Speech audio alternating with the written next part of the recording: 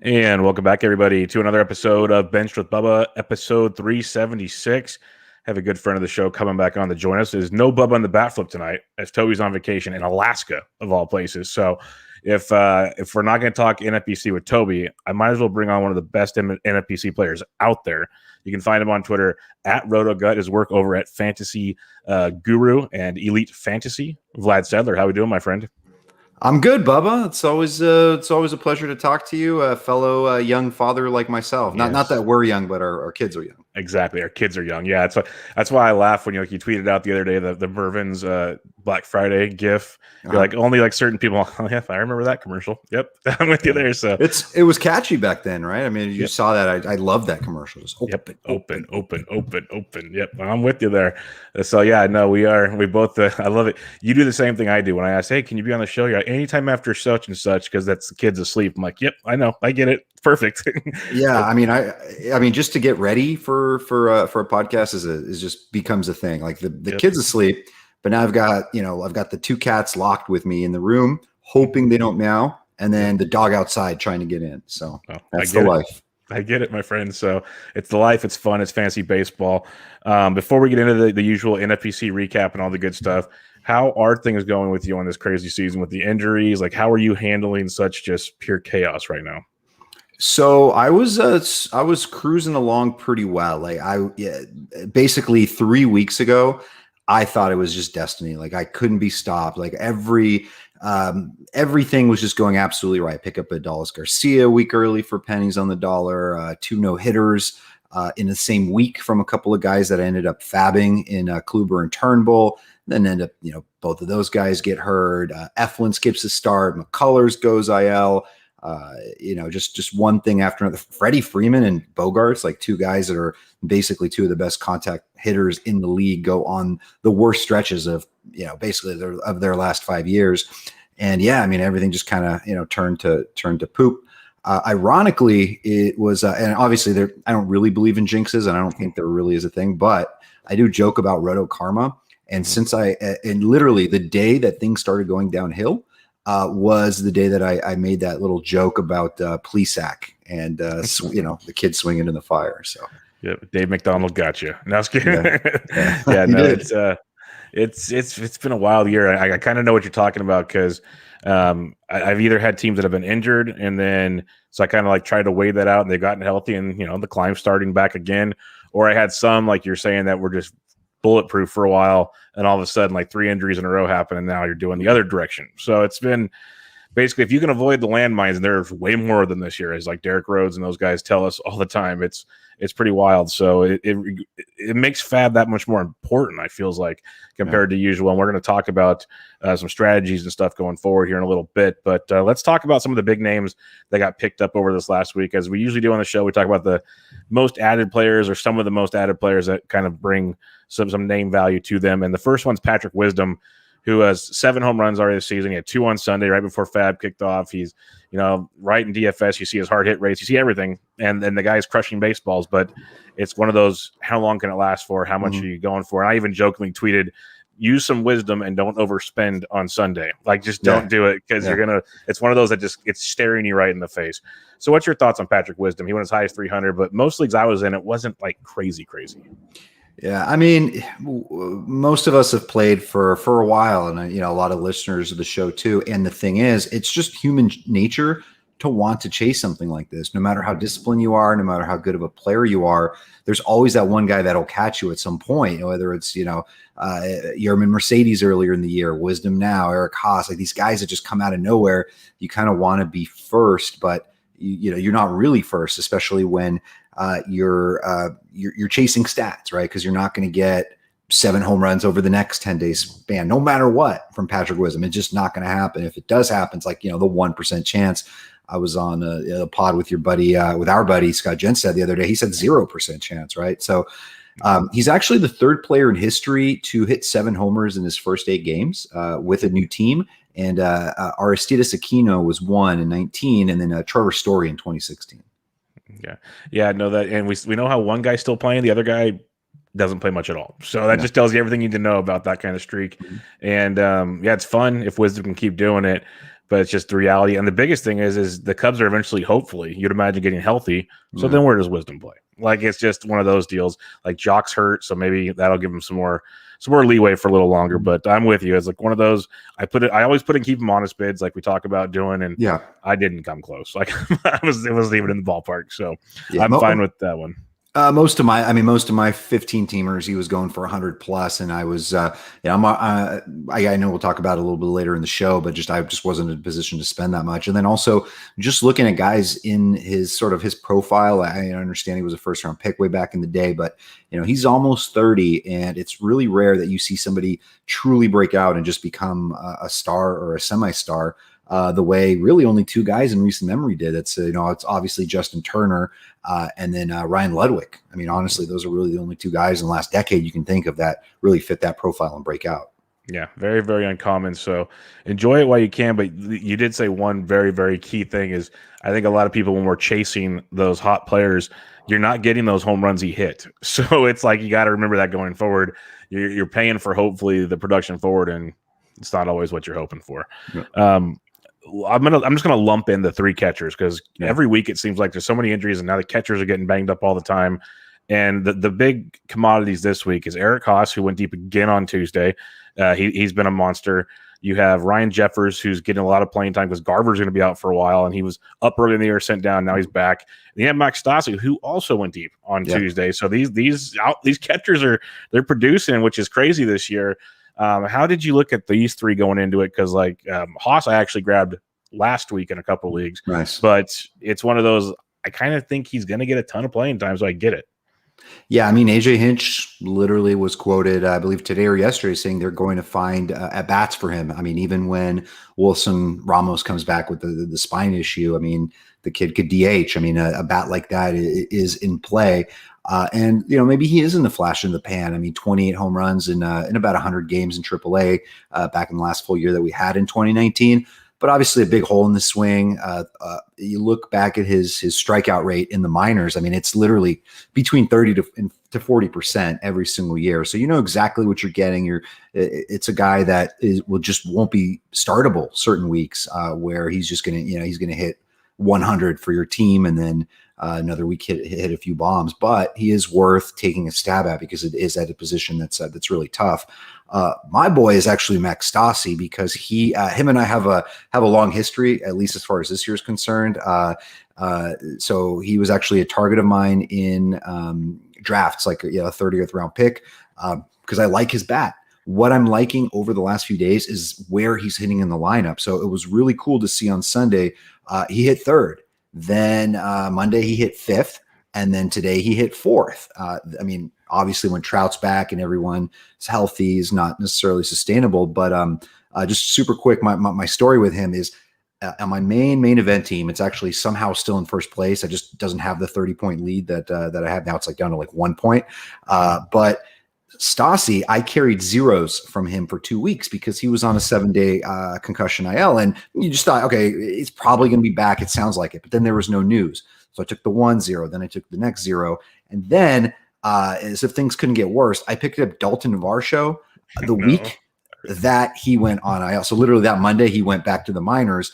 Carson Kelly was dropped in my league that week. I put in like 70. He went for like 150, so I had no chance. Then I got Stassi back. So I'm stoked. I have him on the team. He's my favorite guy. He's the guy that I recommend first out of these three. No, and I like the Stassi call because I think we were on the same page because all of a sudden when he came back, I'm like setting DCs and stuff like that. I'm like, oh, wait, I got Stassi like on all these leagues right now. Like this is a nice little gym that popped up because I was a big fan of what he did in the previous years. He was just always platooning with, what was his name? Castro. He was returning with Castro the last couple of years.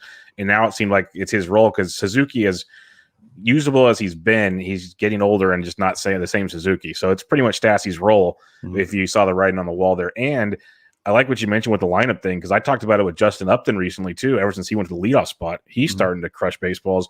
So you can definitely see a difference in the way Joe Madden's running the ball club compared to the way Socha used to run the ball club. Big difference where he's taking advantage of these guys that are hitting the baseball. So it will be interesting when Trout comes back after the All-Star break where they move things around. But you'd imagine at worst, Stassi hits like 6th at worst.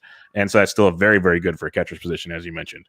And just one thing, I mean, I don't know. I'm trying to think back because I didn't really pay attention to lineup spots or lineup slots like 10 years ago or when I first started playing. You just kind of pop guys in. Advanced metrics weren't really a thing, or at least we didn't really know about it. And now I think we're hypersensitive to it. We're paying really close attention to it. But like, I mean, do you recall managers like really switching guys around so much in the lineup so frequently? I mean, it's crazy.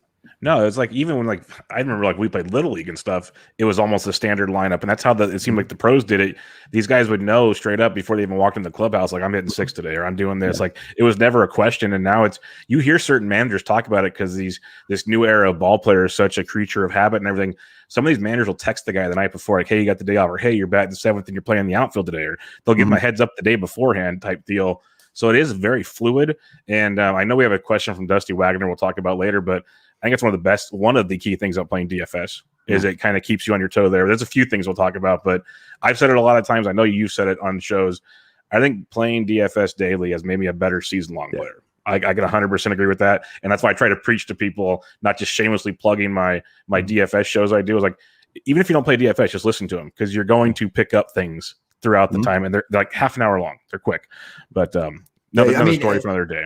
I mean, I see you hitting you're hitting the bombs all the time. You always have like a tater tweet. So I hit a lot of bombs, or I'm making love with just watching guys do it. And I was like, let's have fun with it. But yes, I big fan of the home runs, and we're getting a lot of them now because sticky stuff's gone in baseball. How are you approaching that? I'm just going to ask you that because we've seen already kind of this first wave through the rotations, like Garrett Cole. We're going to see it again on Wednesday, see if there's a real issue. His interview on Tuesday wasn't very heartwarming, and it didn't feel good.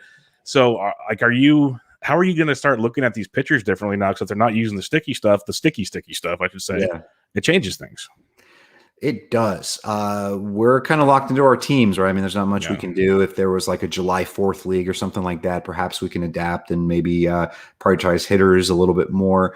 We had cut line bids this week, and those are the 10-team best ball points leagues. And I was talking to my colleague Siege, who was basically saying that he was going to reduce his pitcher bids by like 15-20% and move that into the hitter budget.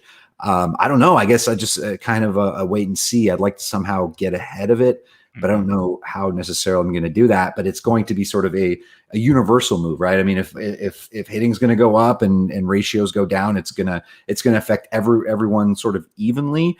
But people that really went heavy pitching are probably the ones that are going to be most affected. Yeah, no, that's a good point. I am really curious, and I'm glad we have so many smart people around us that do things also, because I'm just looking forward to somebody to put a graph together of like the changes in spin rates for some guys, because it's going to be very telling to see the difference in some of these guys that I've heard some of the hitters talk about. They said they don't care if they use the stuff for like control. It's when you're spinning the ball too much, then it gets out of control. So it'll be really interesting. Paul Fry, the Baltimore Orioles, they're winning baseball games. Not great, but they're winning baseball games. Cesar Valdez was usable for a while there. We've seen in recent years they've had closers that can rack up a few saves for us. But Paul Fry was picked up in 234 leagues. He seems to be getting some of the back end action right now. How interested were you, a guy like Paul Fry? I mean, he is. It's part of the game that we're playing this year, which is basically the game we're playing every year. Is chasing the closers and chasing the saves. And what do we really have over the last week? We have one save from Paul Fry. We don't even know if he's the guy, if he's the closer. I mean, you go to Roster Resource, for example, they're showing it as a 4-man committee. Fry, Cole Sulser, Hunter Harvey, Tanner Scott. Obviously, that's not necessarily the case, and they haven't really received many. There haven't been many save opportunities on that team lately. He does sort of feel like the lead. I'm always a little worried or hesitant about the lefty arm because there are situations, higher leverage sometimes in the earlier innings when those are needed. But they do have Tanner Scott there, who's also a lefty, and he can handle some of those. So, Fry, obviously, like a 37% strikeout rate so far this year, ERA under 2, like a 2% barrel rate. That bullpen is pretty good. You got Hunter Harvey hopefully stepping in there. And Cole Sulser has been phenomenal too. You remember him? He grabbed some saves last year for the Orioles. And this year, I mean, his numbers, metrics, everything is pretty similar to what Fry is. He's just a righty, basically. Yeah. No, I like that call. Hunter Harvey's the guy that I was chasing going into like last season before he got hurt. I think the talent's there for a closer's role. We'll see. But you mentioned Solser. I like Tanner Scott coming into the year because he's a good lefty arm. So they have a lot of moving parts, which is a good point. It kind of goes back to something we talk about a lot is some of these teams where it's such a committee based, don't go breaking the bank on FAAB because it's going to be very, very tilting. But I know people are chasing them because I know Scott's talked about it. Toby's talked about it. I think Toby finally got his first save on one of his main event teams like last week or something. So it's been wild on some of these deals. Taylor Trammell, he got called back up. It was I chuckled. It probably wasn't funny for Taylor, but when he got sent down for Kelenic and Jerad's back in the minors now, like the very first day, Taylor hits like 2 homers and he starts hitting again, just like Kelenic was in AAA because it's just different status of baseball. But he hit very well. He's back up. Looks like he'll get a pretty good run right now. Were you buying back into maybe getting some Taylor Trammell?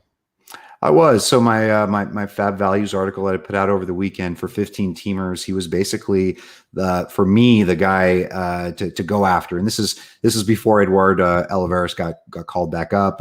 But just because he is of strong pedigree, is a first rounder, and whatever issues he had, obviously AAA doesn't just fix that. I mean, he had a 40% strikeout rate before getting sent down after the first 6 weeks or whatever it was. But in 17 AAA games, the guy mashed. He hit 384 with like a 420 OBP, 6 homers, 3 steals. He was just raking. And then he's come up and he's had a few multi-hit games, which is good. So he's one of those guys that's just kind of a good overall. He can give you a little bit of everything. He's like a 5-category player, and if he gets hot, would be really good. Yeah, no, there was definitely the prospect pedigree you mentioned. So he's going to get a run. He's going to get some very, really good run. So it's definitely someone to keep in mind. And Vlad just mentioned it. And I was a bad host and to let him plug things earlier, but he'll get to plug it again. That FAABs article is golden itself. And that cut line one you did, because I only do cut line for Raz Slam. I don't have the time for it. So I literally opened that thing up, pulled up the sheet, and I just did all my bidding because it was a thing of beauty. So Vlad does awesome work on that stuff. And if you're doing FAAB, that's why we're going to have a long FAAB segment to talk about here pretty soon. And he's very, very good at it. Thank you. Casey Mize, we're not going to talk about Casey Mize, but he started to figure things out, it looks like, which is really good. The strikeouts are there, the pitch mix change. His teammate Tarik Skubal has done the same thing. And some said even that Skubal is going to be the better pitcher than Mize, at least early on. And right now, Skubal I might give the nod to. We'll see how his next start against the White Sox does, seeing a team back-to-back, especially a team like the White Sox that loves hitting lefties. But Skubal was picked up in a lot of leagues this week because people are still kind of waiting to see. Are you buying in on Skubal and the changes he's made? Yeah. I mean, I am. And in 12-team leagues, you want to try to get ahead of the curve and grab guys that could have long-term staying power basically on your team. And after you start seeing those Ks uptick a little bit, it was like 3 weeks ago, and he's just been on an absolute tear. And I forgot what it was, something, but like just an insane amount of strikeouts over his last 4 starts, and phenomenal, right? I mean, he's even won a few games, I think like 3 of his last 3 starts or something like that. So it's good. It's, gives some good confidence for the Tigers, knowing that he's, that they have somebody like that who's going to come in and shove, in his start. So absolutely, I'm buying. I was actually surprised in the 12-teamers where he was still available. There were a couple spots I was able to get him pretty easily. And I'm talking about like, under $30.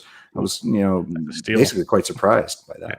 No, I remember looking on Sunday and he wasn't available in any of my 12-teamers. I was very disappointed in that because I'm there going, because I got like Herman Marquez a few weeks ago. I'm like, okay, that was kind of nice. Like you'll find in certain 12s every once in a while, you just get this random like, okay.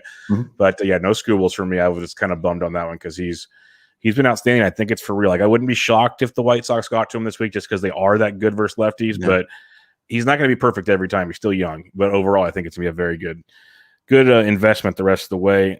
One that's kind of surprising to me right now, and he's kind of forcing the Yankees to play him because their offense is very bad at the moment. But Miguel Andujar is back up, and we've tried this experiment many times, and it's never succeeded. But at least it did once. He's playing pretty good right now. He's hit 3 homers over like the last 5 or 6 games, and he's kind of making the Yankees put him in the lineup. He was picked up in a handful of leagues this go around. Are you interested in a guy like Miguel Andujar? Yeah, I mean, I threw in a bunch of conditional bids on him in the cut lines, and then in 15-teamers, he was just also a conditional bid, not a priority or anything.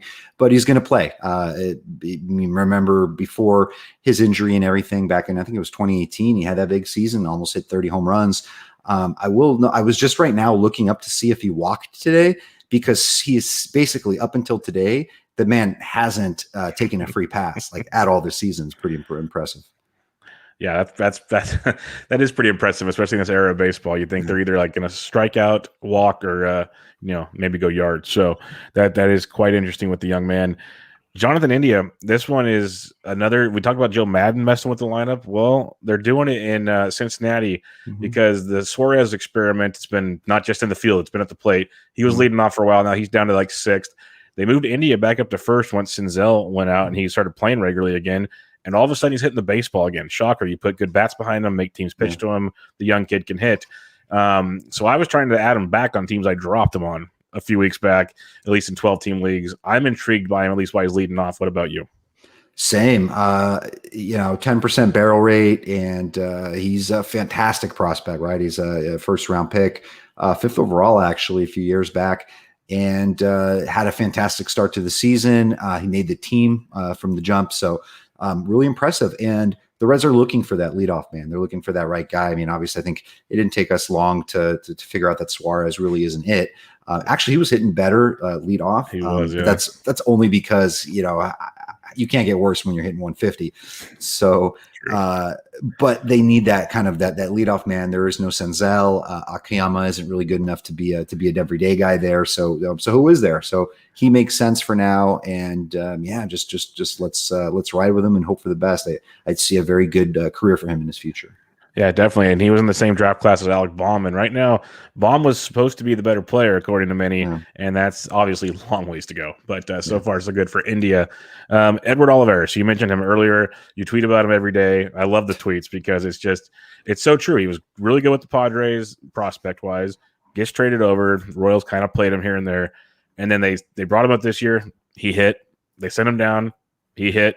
And now that he's up again, you seem invested in him. So what's your thoughts on Olivares? Yeah, it's interesting. I wasn't really planning on it, but I ended up with him. I think I have 7 12-team OCs. I think I got him on 5, and I got him on a couple of main events, and I really didn't make such aggressive bids. And I think a lot of people were just kind of seeing the writing on the wall, the fact that he was called back up because Mondesi got hurt, and there's a good chance he can get sent back down next week. But I want to be able to catch lightning in the bottle in contests that have that overall component. And when you're looking at the rest of the list of, it's AJ Pollock, who's, kind of a part-timer, Adam Duvall, like these are the type of guys available in the outfield in 12-teamers. I just went ahead and just bumped Olivares at the top of it, kept them between $10 to $20 and just ended up landing because if he doesn't stick and he gets sent back down in the minors, no worries, go ahead and drop him. But otherwise, if something's there and he does catch that lightning, I've got myself a nice resource that everyone else is going to chase and overspend for the following week. 100%. That's a great point. Like that's part of what we'll talk about here in a minute is sometimes, especially in 12s, you can get away with it a lot more, I think, than 15s just because there's so many more options, but you can obviously do it in 15s. Is sometimes if, you don't have the money to get the next big thing that week or something, you can still churn and burn. That's something you talked about many, many times on my show and other shows. And that could be just grabbing a guy like this and just giving him a shot for a few bucks and seeing if it works and seeing if he sticks. The last guy I want to ask you about, I didn't put him on the outline, but I just want to ask kind of your philosophy on looking at him because I'm a Steven Duggar fan. And I know when you tweeted out your ads for the week that you added him in a couple 12s and whatnot, especially for the week he has coming up. It plays very well. When he's hitting things, he's hitting it very, very well. The concern I have, and I want to just know how you look at, basically, this is more of a question on how do you look at players and their kind of projections to you. He's striking out like 47% of the time. Yeah. So it is literally all or nothing with Steven Duggar right now. Are you literally grabbing him to run him out there for the week and probably drop him soon? Or what's your plans with a guy like Duggar? Yeah, because to me, I don't see him as somebody that's is on this team.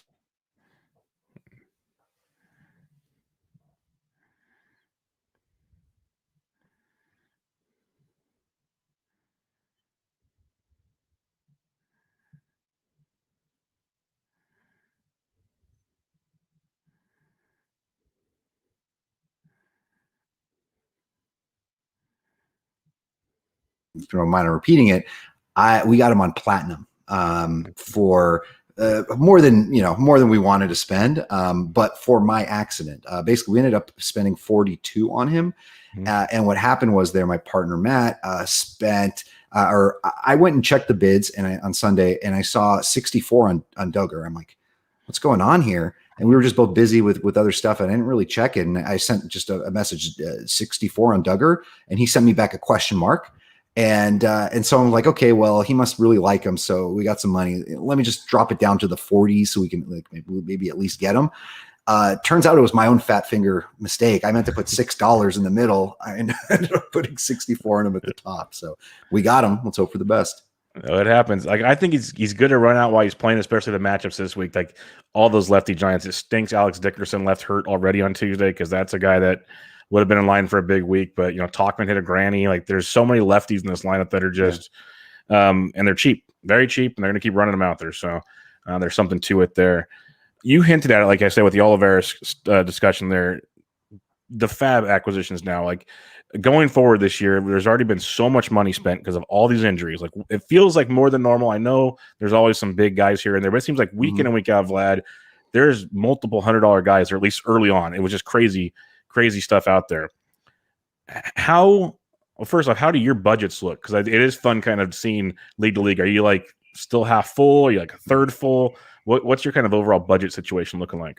It's not good. It's really not my style either. I usually have a ton of money for the last, basically after the All-Star game. I'm usually one of the people in my leagues that have, more than most. And right now I'm kind of hovering around 200 to 300 in most spots. And I think I only have one team that has more than 500.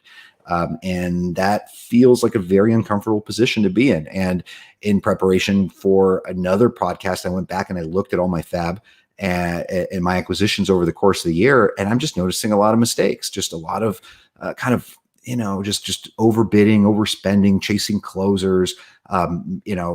For example, it's one thing that I picked up Josh Stalmont for 120 and I got some saves out of him, but I was too quick to drop him. And all of a sudden, instead of like what was expected to be a 3-week IL stint based on very minimal news, ended up being the minimum.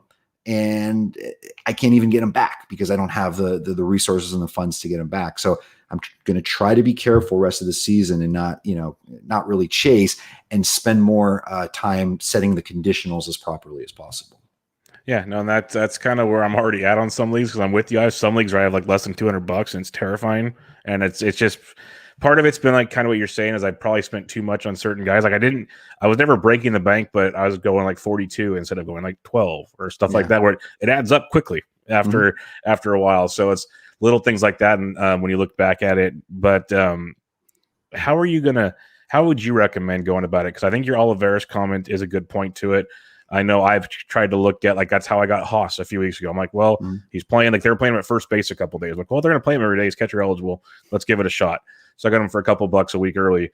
You got to try to find these week early guys. So how do you recommend people kind of go about this to try to maximize the little funds they might have left?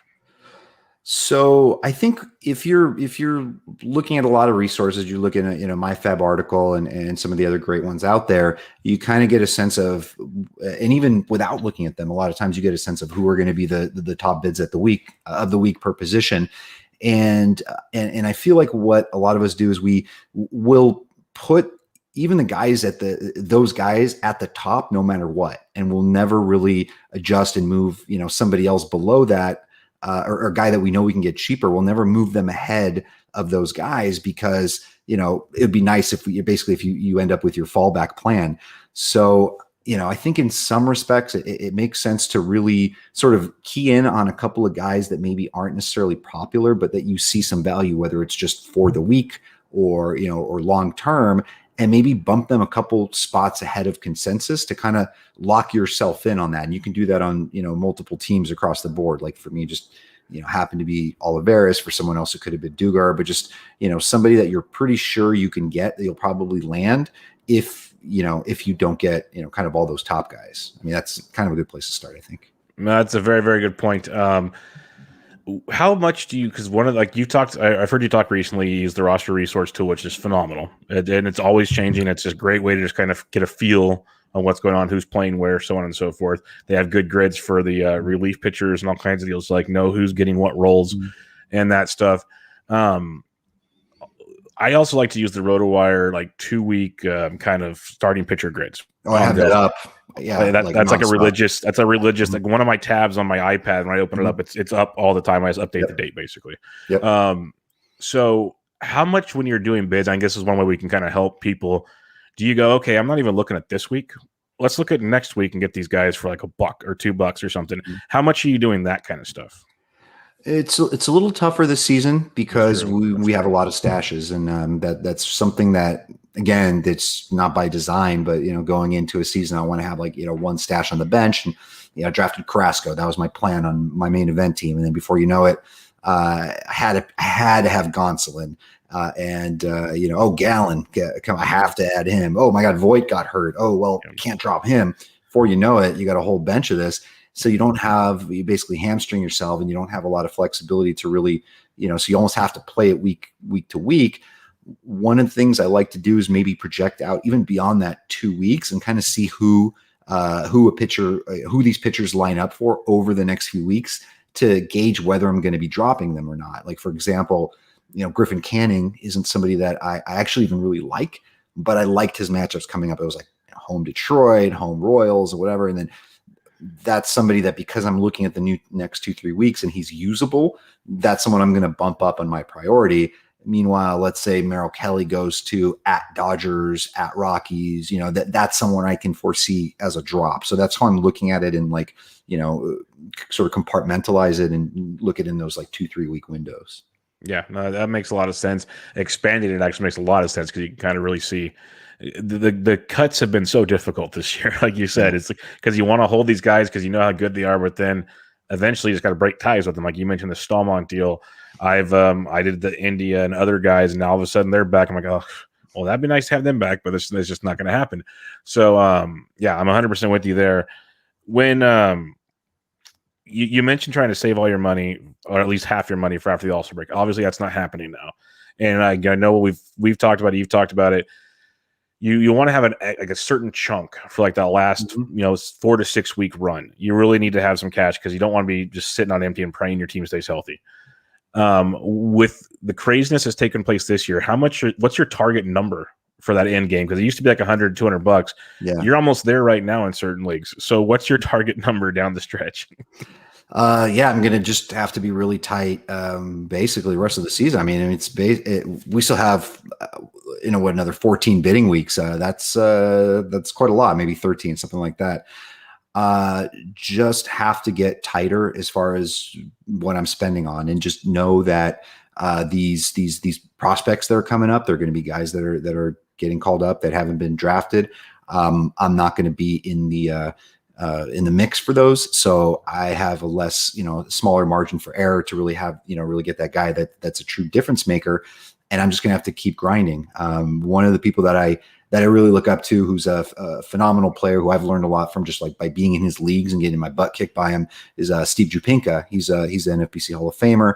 And you really never see him spending giant chunks, $300, $400. You see him grinding every single week. It's 20 here, it's 30 there, it's 8, 7.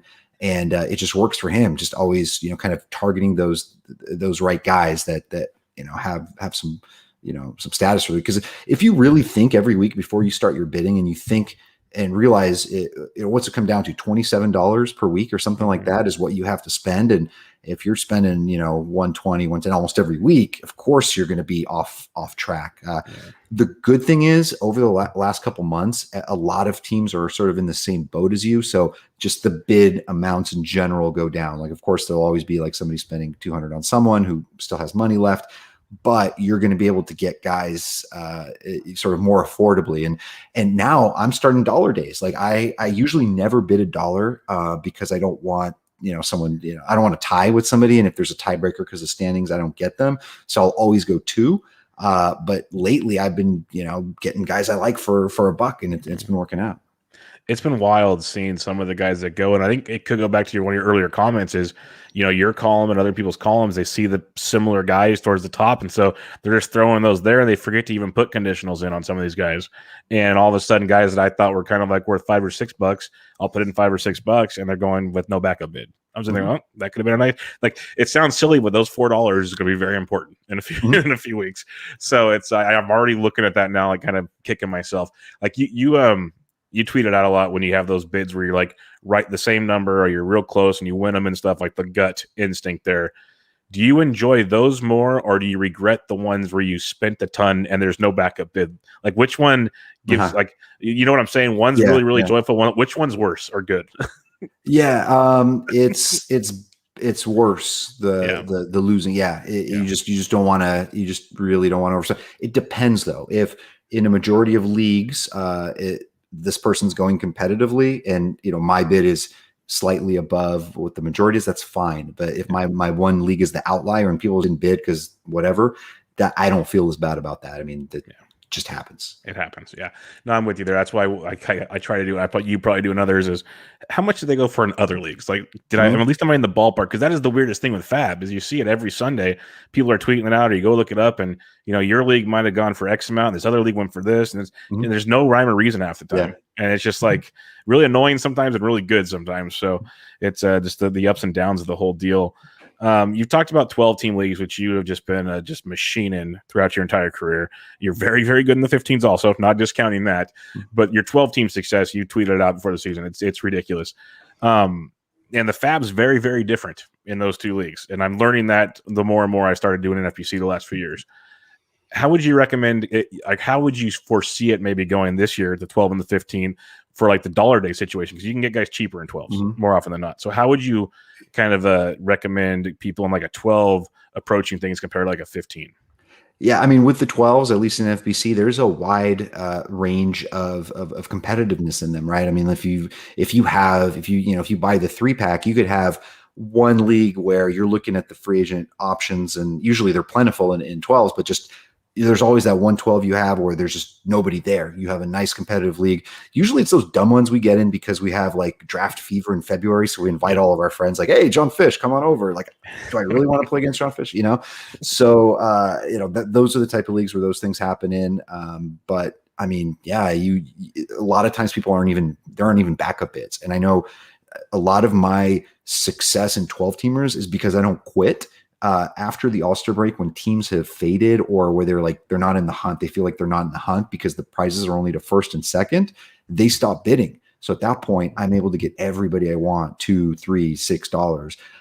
And that's how it works out. And then you keep that churning and burning, you end up landing on some absolute gems.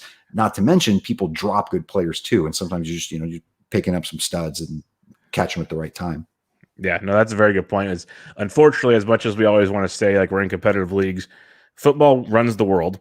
And if teams are out of it, baseball's such a long year, you just kind of like, I'm out. Like I just, I don't think I ever do that, but everyone's got a flaw somewhere along the line. But it's very possible. And you mentioned his name and he shows up. So he said he wants to let you know that he can't say no, though. So John is watching. He can't. We all do it, but I gave him a hard time. He came on the show before the season. I'm like, how many leagues are you not in? That might be the quicker question because you're in everything right now. It's crazy. But I think that's pretty much going to wrap up our FAAB discussion. There's so many ways to go about it. It's just more of it's such a weird year, like we talked about, with so many crazy injuries, and everyone's been like, I haven't seen so many triple-digit ads this early. It feels like you're usually waiting for like the prospects you talked about and everything. We've only really had a couple of them. Like we can't even. Kowar's not going to be available till this weekend, and there's some other guys. So it's just you mentioned you kind of hinted Bruhan will be a guy. There's going to be a couple more. It's going to be pretty wild, but we're going to see how that goes. It'll be interesting to see how much they go for because no one's going to have any money, as you said. So. I just want to get your thoughts on a couple players, and we'll do some listener questions and head on out of here. But just some names that we've seen some news on lately. Jerad Kelenic obviously got sent back down on Monday. Hit the home run, I think his second or third game, and then he's just been in a cold spell of all cold spells. It happens. It does happen. He's probably going to go down and hit in AAA and be just fine. When he gets called back up, because he will be, how do you kind of approach him in that second run? Well, I personally wish I would have the funds, and the other thing is, I think there aren't going to be a lot of leagues where he gets dropped, or at least you would hope not. Like that feels like somebody that if you are able to hold, you want to be able to hold. I feel like it's a little bit of a different situation than a Kissinger, for example, who I didn't draft. But I was all over him in FAAB. I'm like, oh, this is the perfect recipe. This has worked for me for years. Guy, he fixes himself in AAA, and but But that was a good thing that I noticed. Actually, we were talking about it with DVR. Like, he didn't actually fix his K rate, right? He was still striking out, still kind of doing the same thing. There was no real plate approach or change. So there was no magic to happen with him. With Kelenic, I think it's a little bit different. I think because I think there's also that the mental aspect element of it, where I feel like he feels like he disappointed the team or the fans, right? And he's going into the minors with a chip in his shoulder with this over 38 or whatever it is streak. So I think he's just gonna get his stuff together and grind and then come back and mash. So my approach would be to just jump on him as soon as I could if somebody was to drop him in a league of mine. Yeah, I'm curious to see A, where he gets dropped, as you mentioned, and B, if it's not till like September when he comes back. I think it'll be sooner. I really do. Yeah. But say it's even August. How much money is everyone going to have? Like, he might go for like $30-$40 in the grand scheme of things. And that's going to make things really interesting. That because he's got the talent to go on a month-and-a-half run or something. That'll be a game changer for those that are competing, as you mentioned. So that's why I wanted to just talk about him, because I think it's interesting. And you mentioned the pressure part. He wasn't just a prospect that got called up. There was all the drama before that. Like, he was fighting the being held down thing, all those. So he had to come up and produce in his head, and he didn't. So it just kind of weighs on you more and more. Now he goes back and realizes, I see ball, I hit ball. Like, it's going to be back to normal. I'm not worried about him long term. I'm just curious, like, who does drop him and where. Could be very fun. That's another thing we didn't talk about in the FAAB.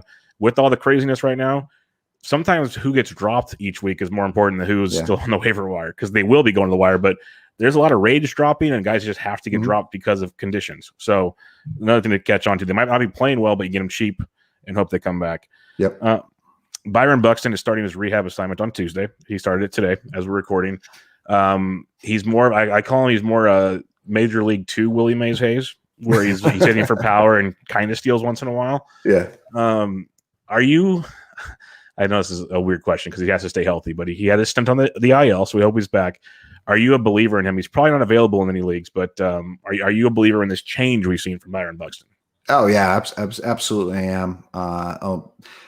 Part of me wishes I got more shares, and then when the price was just high, and then of course when he gets hurt, you're like, good thing I didn't. But man, the damage that he did in the 24 games he was up was insane, absolute insanity. Here's the thing: had he not got hurt, I don't think you can necessarily say, his numbers would be off the hook and he'd be a top 3-4 player. Chances are he would have gotten hurt some other way. I hate to say it. It just kind of just feels like that. So, so much of what happens the rest of the year and what he does with his healthy time, so long he doesn't get hurt again, is going to play a massive part in next year's value. And he could end up being, if he comes back and then just mashes for the rest of the season or for a good chunk of it, he's going to be like a first-round player. And that, to me, I think is going to be just risk that I don't think that I'm going to be able to handle. Like, imagine, like, he comes back and maybe not at this pace, but like, he ends up still hitting 30 home runs just by missing a month and a half and 20 steals or whatever. Like, people are going to want to get in on that, but the price tag is going to be super high because the hype that comes with it. Oh yeah, he's a better Adamo Mondesi. Like, he's we saw that hype train, so it's definitely going to happen. And there's a regular listener to the Bubba and the Bat Flip show who he's the president. We call him the president of the Byron Buxton fan club because right before he got hurt, he says bold prediction that Byron Buxton will be a first-round pick next year. So that hype's already started when he was playing well. So like you said, if he does it again, it will happen. The other reason I wanted to bring up Buxton is you have Kirilloff, who was playing well before he got hurt. He hasn't really got back yet, but I'm not too worried about him. You have Trevor Larnach, who has been up and down. His OBP skills are great for those formats. Average, not so much, but he's been good. You have Garlick, who faces lefties. There's a lot of different things going on in Minnesota. When Buxton comes back, though, obviously Larnach could be the odd man out because I think they still want Garlick to kind of platoon, but it is righty. There's a lot going on there. How do you go about some of these young guys that we are using now that might be more of a platoon player? What they need to do really is they need to absolve them. How'd you guess? How'd you know what I was going to say? It makes too much sense. Put Kirilloff at first, get rid of Sano, call it good. Exactly. Yeah. You stole my line. That's exactly what I think they should be doing. They're loaded there, and they even got Ref Snyder back in the mix. Kepler will come back at a certain point. That's what they need to do. I'm really hoping that Larnach is not the one that the false victim. That would have to happen if he's hitting, he's not going anywhere. They'll make it work for him, especially with the on-base skills. but if it happens to coincide with a slump, that can end up hurting him. And that's where it leads me to, if they do send him down, do you hold him like he's not Jerad Kelenic, but do you hold him like he is, because he'll come back and the skills he has, and it's going to cost you a lot when he comes back? The one factor there is the it might be that's it for Nelson Cruz, just like with these injuries continuing to pop up like they did a few years ago. So there could be that roster spot open. The one other thing I wanted to mention, just because this like aha moment came to me, about Byron Buxton and his value. So he left when he got hurt. He was hitting 370. So had he played and he not got hurt and played through the whole season, that there was going to be some big slump there that was going to significantly take down his average. Now his year-end average is going to be, it could even be over 300 for all we know. And that is going to be an outlier, but it's going to be something that sticks to people. And it's going to make his value even higher than it should be. So that's one thing I think people should be careful of, like, where does Buxton end up with his average? Because had he played the whole year, he could have fallen to 260 for all we know. That's a great point. That's a very good point, because he basically could have got his slump out of the way, but it's sitting on the IL. So that's and it happens to many people, even the best of them. Yep. They'll just look at that stat line and go, oh, yep, okay, not so much, but we'll see how that goes. Baltimore Orioles. We talked about the relievers earlier, and it's a sneaky good bullpen. The Orioles, the Tigers, even sometimes the Pirates, the Marlins.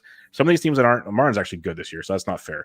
But some of these teams that usually aren't winning teams, they're still very fantasy relevant teams. Yeah. And the Orioles are great for it. Like, they're stackable almost every day. And they have Mullins, they have Santander, they have Mountcastle, they have big DJ Stewart. Basically what I wanted from you, because I know you're a DJ Stewart fan, so I want to see where you do this. How do you rank their four main outfielders going forward in fantasy?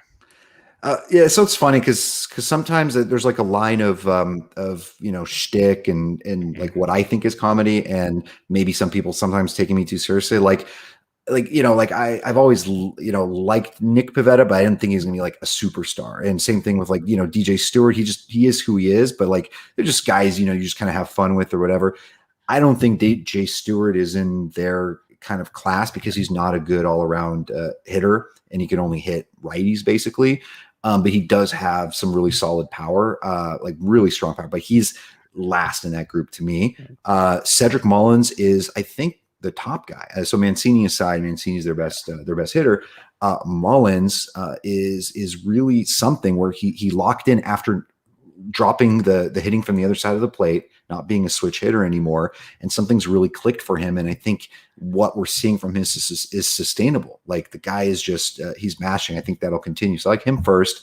Mountcastle ahead of Santander, just slightly. That's my preference there. And then DJ Stewart fourth of them. But if we get like a DJ Stewart, like I want to be in, and I know you do too, on that DJ Stewart from last year. Remember, it was like the 10-day span. It was so good.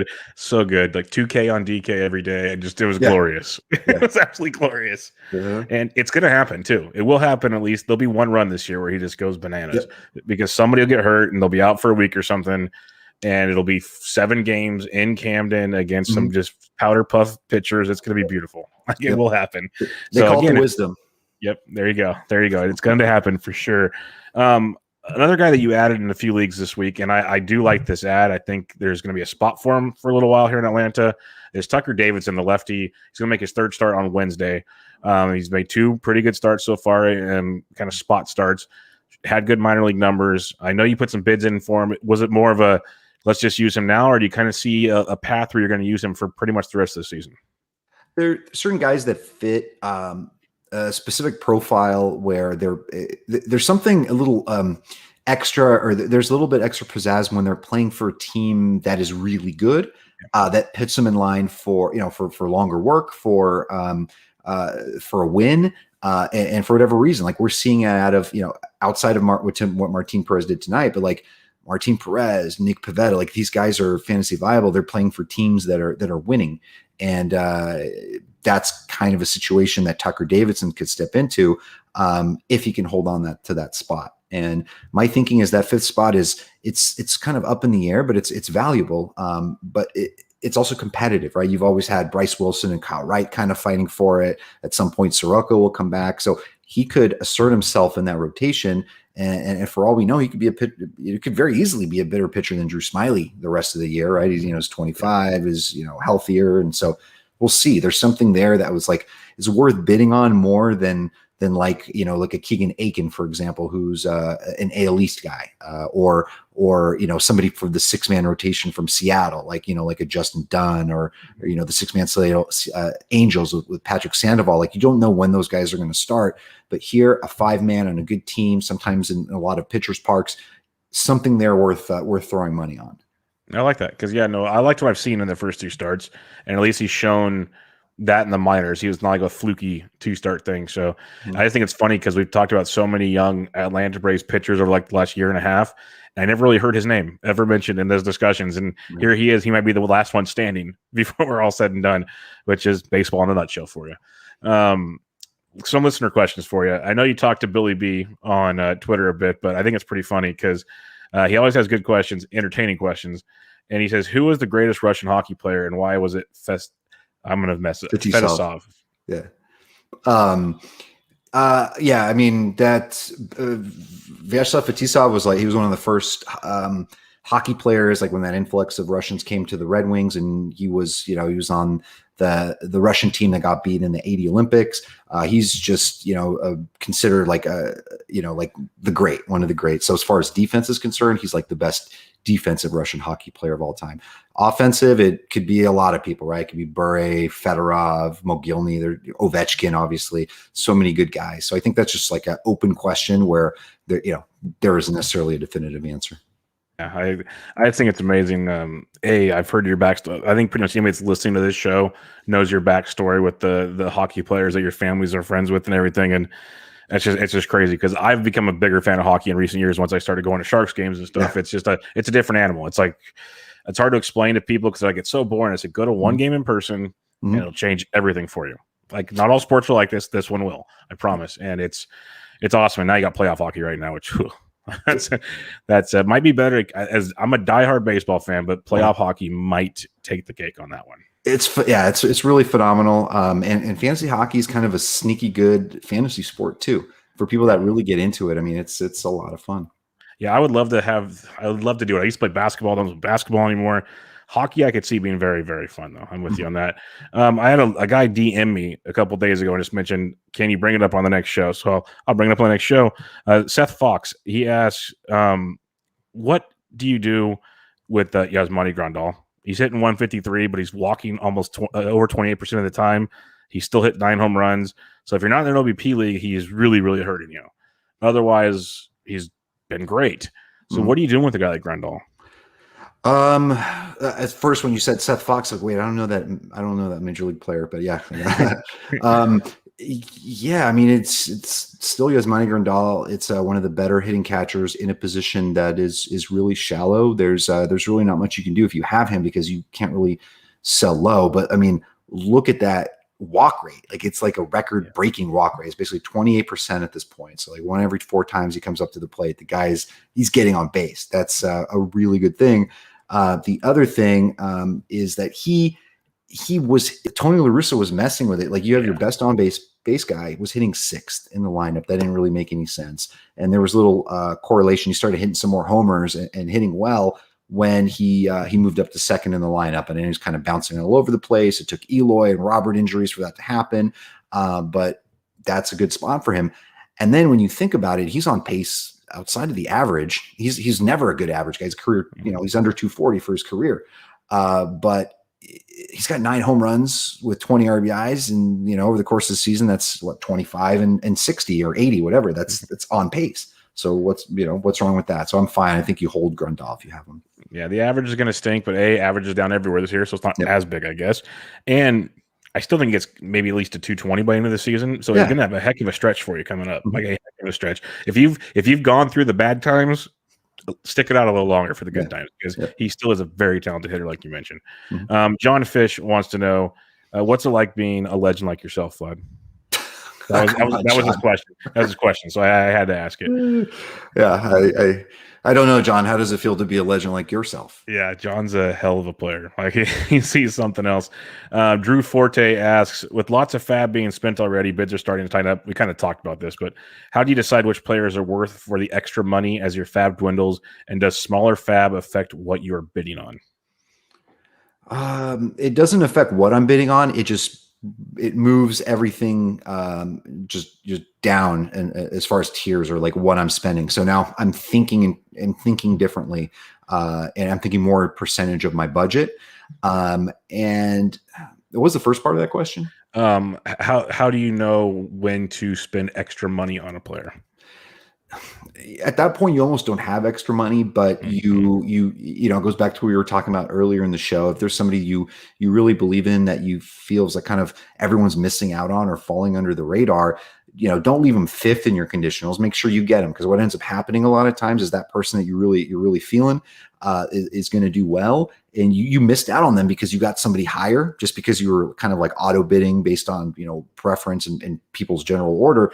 You miss out on that person, and then you miss out on the run that they end up happening or receiving. So you like someone, make sure you put yourself in a position to get them. I guess I should have asked you this earlier as well. With having a smaller budget left over, do you focus more on statistical categories you need, or is it more positional players you need on your roster?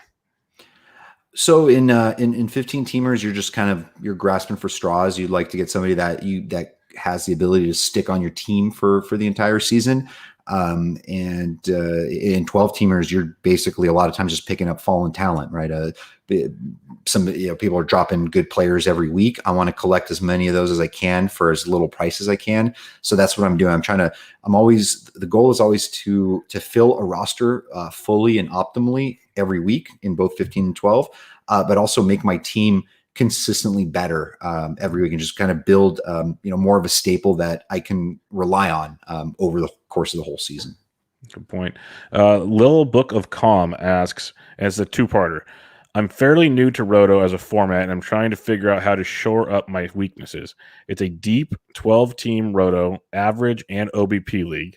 His OBP and power are fine, but his average is very middling at sixth place, which I don't think is that bad at this point in time. Yeah. And he's also light on stolen base in sixth place. Not that bad. So his question, would you drop Schwarber, Eddie Rosario, or Avisail Garcia, one of those three, for Edward Olivares? No, I wouldn't. It's not a close. Yeah, no, it's a close. Unless it's like a national kind of competition, there's no reason to kind of shoot for the stars with a rookie, especially when that rookie can get sent down the next week. So those guys are solid. Like Avisail Garcia, I feel like he's always like super underrated. He's a good hitter. It's a good park for that.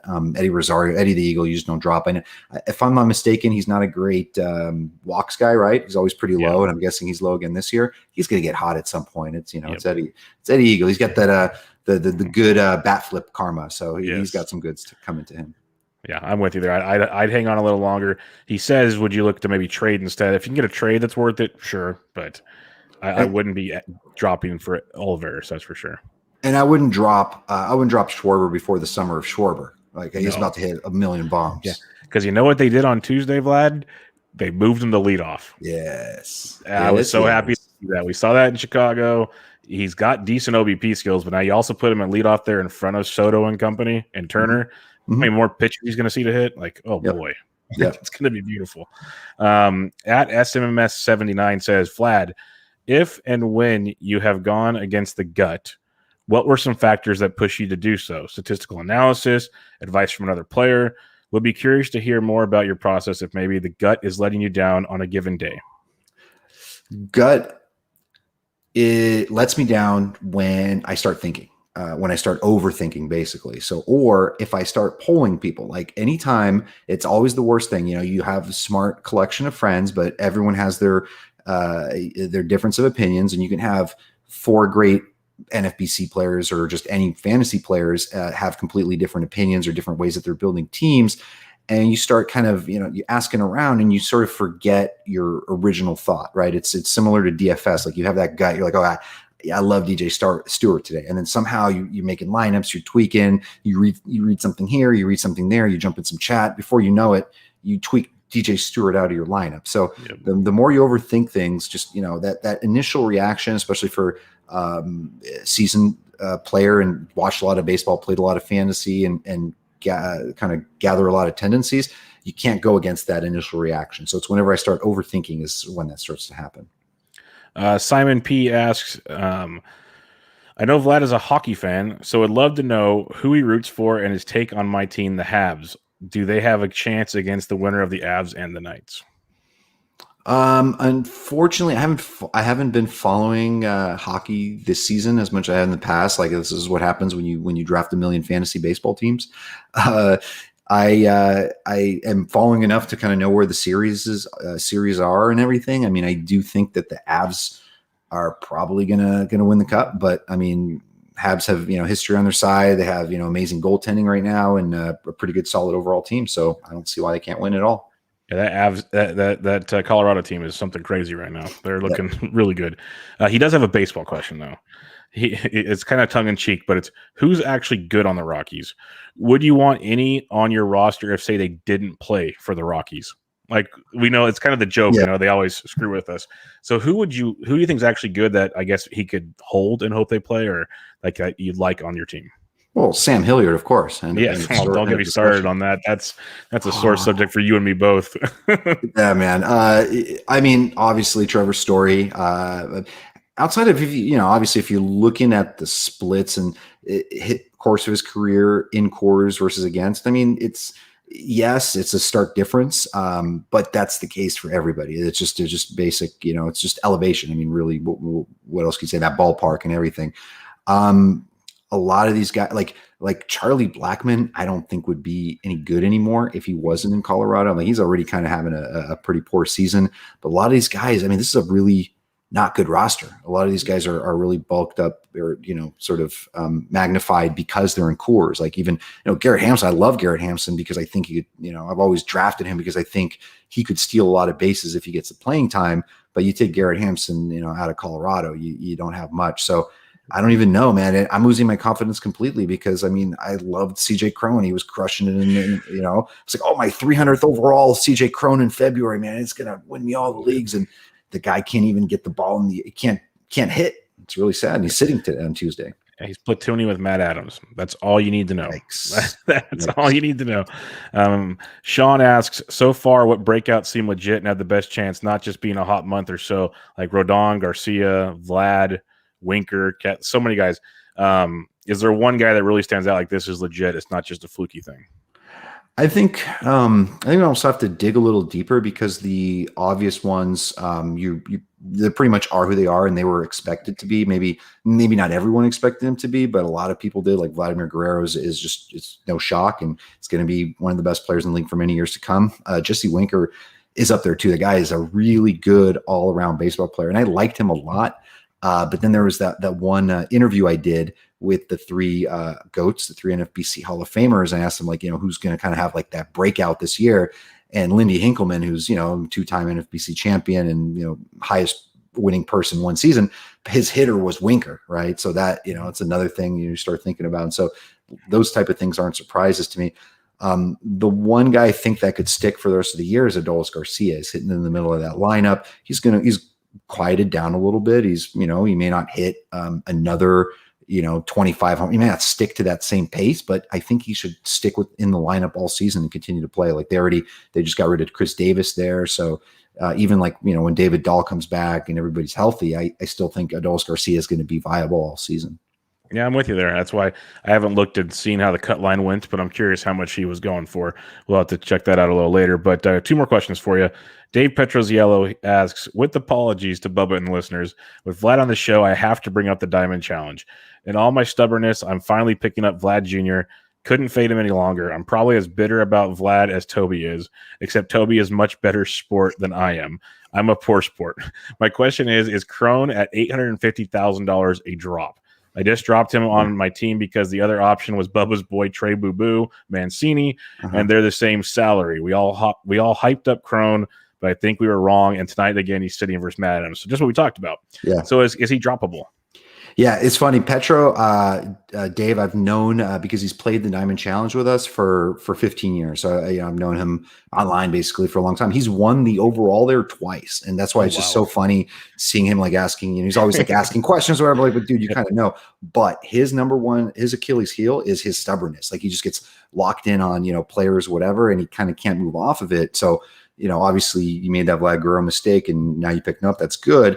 There's no really reason to stick to CJ Cron because I've looked at those salaries. I'm seeing players in those ranges, and even if he does end up having like some hot summer, we can't necessarily rely on that. We don't know what's going to happen. There are way too many good positions or way too many good players in first base in the Diamond Challenge that you can pick up that are just in much better situations. Yeah, no, he tried to get us to play the Diamond Challenge this year. I just didn't happen.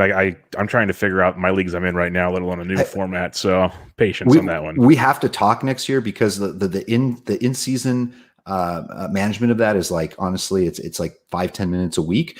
I hadn't played it in a couple years. That's where I got my start in fantasy. But somebody a week ago, they sent me their salary, their roster to look at for the Diamond Challenge second season. And when I looked at it, I was like, man, look at all these like crazy good salaries. It actually convinced me to sign up a team. So I'm playing Diamond Challenge second season, first time in 2 years. I think I got 0 strikeouts from Walker Buehler on Tuesday. Yeah, I'll have to check that out for sure. Last question of the night. I mentioned it earlier. Dusty Wagner. Both of you play DFS on the regular. What things do you look at DFS rather than season long? So when you're looking at your DFS slates, Vlad, what do you look at there that you don't maybe look for in season long? Yeah, I mean, you really hit on it pretty well earlier. Is playing DFS really does make you a better season long player because you're going down rabbit holes and you're looking at things that you wouldn't even think to look at playing season long.